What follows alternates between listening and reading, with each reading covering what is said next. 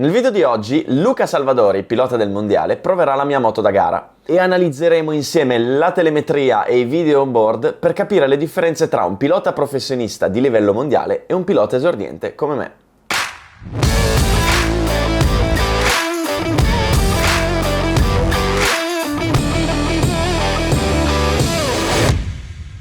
Molte persone che mi seguono sin dai primi video che facevo a inizio 2017 si sono stupite di come abbia migliorato la mia guida così velocemente, al punto che in un anno sono passato da essere un neofita a un pilota di livello amatoriale che fa comunque dei tempi tutto sommato già rispettabili. Ma com'è stato possibile tutto ciò? È stato possibile perché in moto, come in tante altre cose, se sei seguito da istruttori molto bravi, all'inizio migliori molto velocemente. Quindi ogni volta che vai in pista tiri giù secondi su secondi, perché vai a correggere quegli errori grossi nella guida.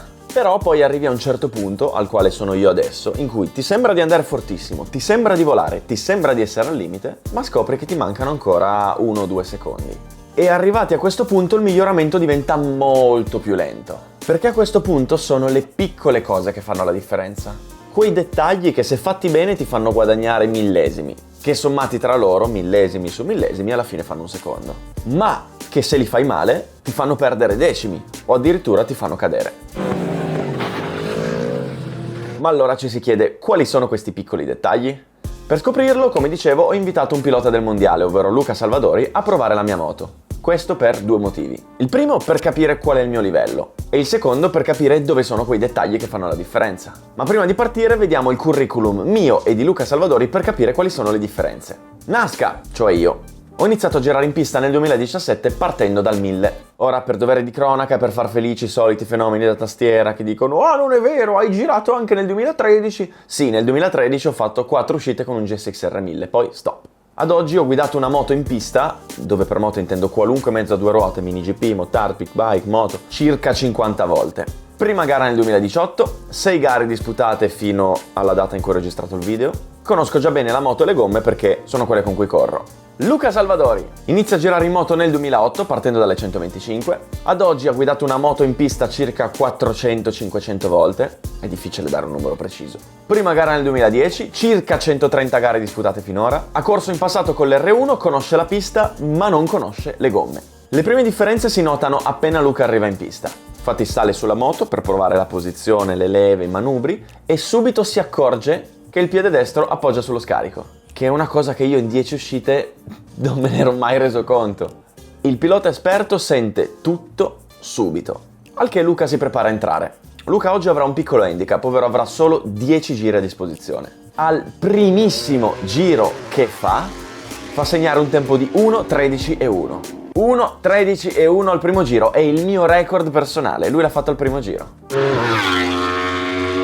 Ma mi ha già dato la paga al primo giro. Dopo 10 giri poi porta a casa un tempo di 1:11:8 che con tutta la giornata a girare sarebbe potuto diventare un 1:11:3 più o meno. Mentre io, aiutato anche un po' da Luca Pedersoli che mi faceva un po' da lepre, ho girato in 1:13:2. Quindi a Franciacorta in questo momento mi prendo circa 1,4 secondi, 1,9 secondi da un pilota del mondiale come Luca Salvadori. Ora andremo lì a vedere i video on board e la telemetria per capire dove stanno le differenze. Bene, per prima cosa analizzeremo le traiettorie. Vedremo sia i video on board, su cui questa volta ho messo anche le grafiche animate,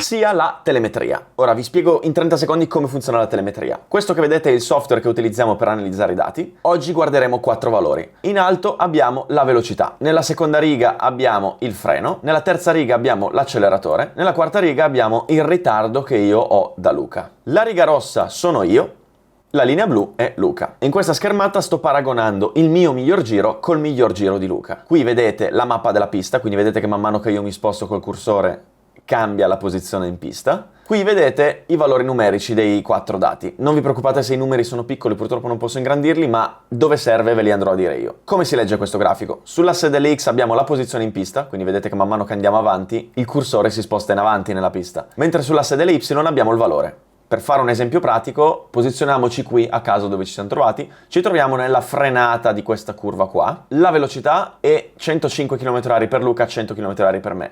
I valori del freno sono quasi uguali, lui sta frenando con 8,9 bar, io con 8,3, il bar è l'unità di misura della pressione sull'impianto frenante, l'acceleratore è a 0 perché stiamo frenando, e il ritardo che ho in quel momento lì è di 1 secondo, quindi dall'inizio del giro io qui ho accumulato 1 secondo di ritardo. Bene, partiamo con le traiettorie. Ora, le traiettorie sono abbastanza simili, ci sono piccole differenze. Come vedete siamo sul rettilineo, ci spostiamo tutte e due sulla sinistra per andare ad affrontare la frenata, freniamo, entriamo in curva, stessa marcia, si spalanca il gas, ci si allarga sulla sinistra, di nuovo si frena un pochino, si entra in curva al punto di corda, si accelera in uscita e nonostante le traiettorie siano state praticamente identiche, io in questo punto qui ho già 2 decimi e mezzo di ritardo. Perché? Il perché lo vedremo quando andiamo ad analizzare il freno e l'acceleratore. Ora entriamo nella curva 3, cambio di direzione destra-sinistra e qui Luca è stato molto veloce, molto veloce. Al punto che solo in questa curva mi ha già dato altri 2 decimi e mezzo. Qui arriva la grande differenza che avevamo già visto nel video della caduta. Luca come affronta questa curva? Full gas, frena, accelera, frena ed entra nella curva successiva. Io invece cosa faccio? Accelero, mollo, entro neutro, freno e imposto la curva successiva. Ora, se non l'avete visto, vi consiglio di guardare il video in cui ho analizzato questa curva proprio per capire perché Luca accelera, frena e accelera. Ma quello che possiamo notare è questo: se noi andiamo a vedere i grafici, io entro più forte di Luca in quella curva, vedete?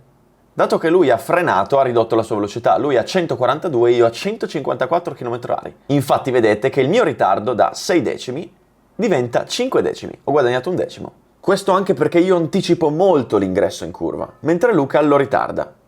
Cosa succede però? Che Luca, ritardando l'ingresso in curva, quel decimo che ha perso all'inizio gli consente di guadagnarne 2 alla fine. Quindi da che io avevo 6 decimi di ritardo in ingresso curva, ne ho 7 in uscita di curva.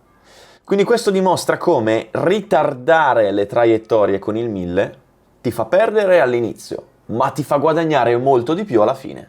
E questo lo vediamo anche nella curva successiva.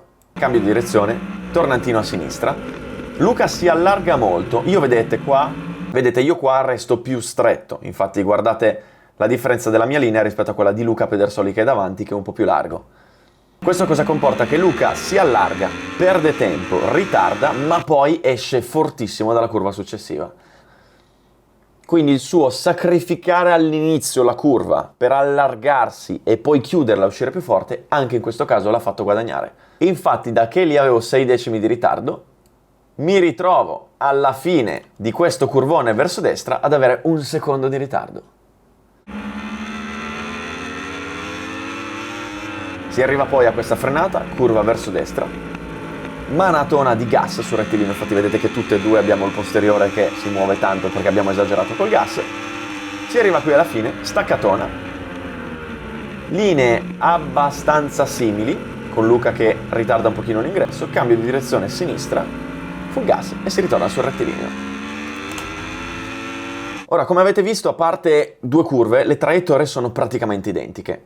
E questa è la cosa fondamentale, perché le traiettorie sono la cosa più importante della guida in pista. Tu puoi fare le frenatone, le acceleratone, ma se sbagli le traiettorie perdi secondi su secondi su secondi. E infatti le traiettorie le faccio abbastanza giuste. Ma allora ci si chiede, se le linee sono quasi uguali, quel secondo e mezzo dove sta? Lo vediamo adesso analizzando il grafico dell'acceleratore. Come dicevo, il grafico dell'acceleratore è il terzo a partire dall'alto, questo qua. Come vedete, le linee sono abbastanza simili tra loro, che è buono perché se prendete il grafico di un neofita sono totalmente diversi. Ma ancora una volta rinnovo la domanda, se i grafici sono simili, dove sta quel secondo e mezzo? Nelle piccole cose. Infatti, se noi andiamo ad analizzare, guardate qui, qui e qui. Vedete, sono dei punti di raccordo tra una curva e l'altra, ovvero tra la curva 2 e la curva 3,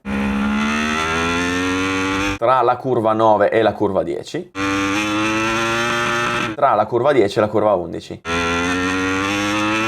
In tutti quei punti lì lui dà molto più gas di me.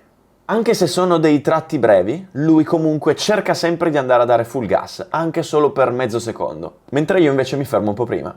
Questo cosa comporta? Che lui, in quei 50 metri, va un po' più veloce e quindi guadagna millesimi. Infatti vedete, ad esempio qui, tra la curva 2 e la curva 3, lui arriva a toccare 138 km/h, io 132. Ma vi è un'altra differenza fondamentale che per vederla bisogna andare a zoomare il grafico. Guardate qui, ci troviamo tra la curva 1 e la curva 2, tra la curva 2 e la curva 3, tra la curva 3 e la curva 4. Notiamo due grosse differenze. La prima è che lui accelera prima di me. Vedete? Apre l'acceleratore 10 metri prima di me. Questi qua sono 10 metri. Così come qui, così come qui.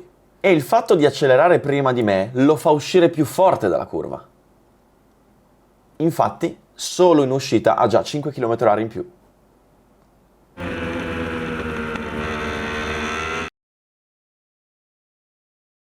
L'altra cosa è che lui prima appoggia leggermente il gas e poi accelera tutto. Questo per caricare la ruota posteriore, darle grip e poi, aprire. Io invece tendo ad aprire subito. Vedete infatti la sua riga blu prima si appoggia e poi sale, la mia invece sale subito. Anche qui, prima si appoggia, poi sale, la mia sale subito.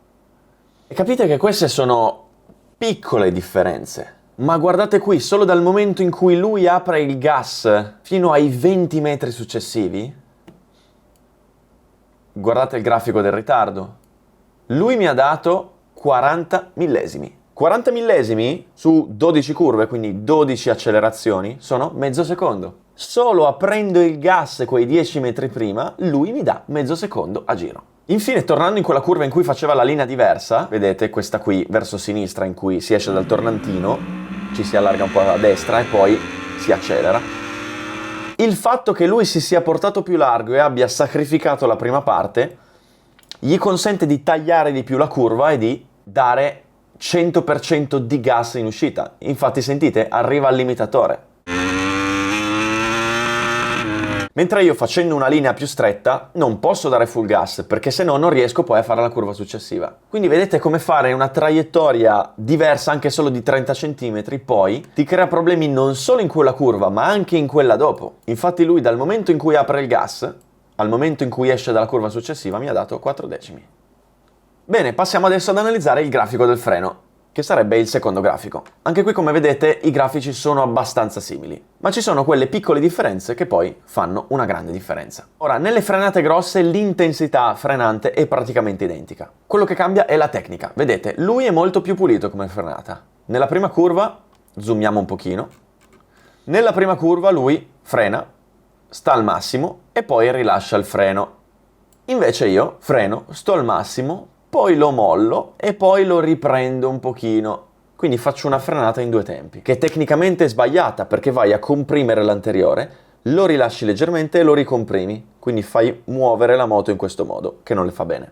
Nelle frenate piccole invece vediamo tre grosse differenze. La prima è come per quando accelerava, in cui accelerava di più. Anche qui lui frena di più, qui frena di più, qui frena di più e qui frena un po' di più. Questo anche perché arrivando più forte dalla curva prima, dato che ha accelerato di più, deve frenare di più. Inoltre la grande differenza sta nella sua tecnica di frenata. La frenata giusta deve avere un picco e poi deve calare. Infatti vedete che la sua frenata ha un picco e poi cala. Picco e poi cala. Picco e poi cala. La mia frenata invece è una frenata più morbida. Vedete? Sale piano e poi scende piano. Picco, poi resta lì e cala molto meno. Anche qui, guardate, completamente piatta. Quindi cosa succede? Che facendo la frenata giusta, ovvero frenatona subito e poi rilasci, la frenata è molto più corta. Vedete, la sua frenata dura molto meno. La mia dura molto di più e perdo tempo. La terza cosa, che è forse la più importante, lui molla i freni prima. Guardate qui, curva 1, lui qui ha rilasciato il freno, io sto ancora frenando.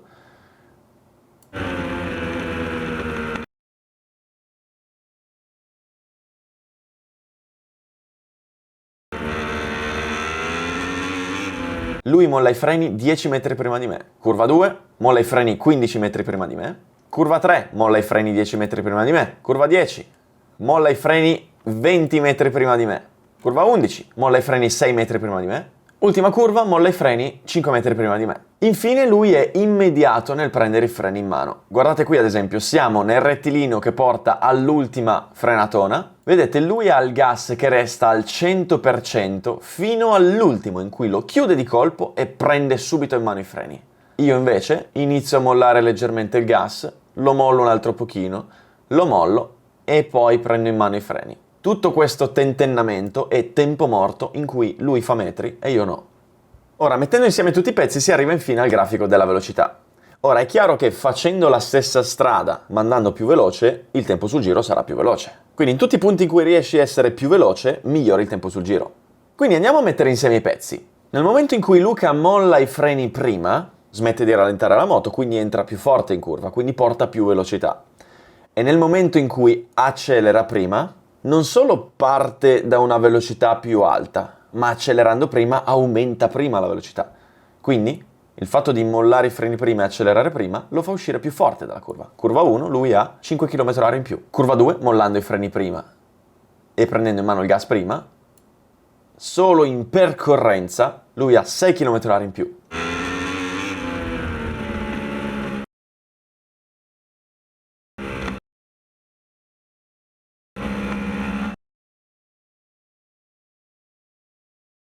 E questo è quello che succede in tutte le curve. Molla i freni prima, prende in mano il gas prima e guardate qui, tra la curva 3 e la curva 4 lui ha 11 km/h in più.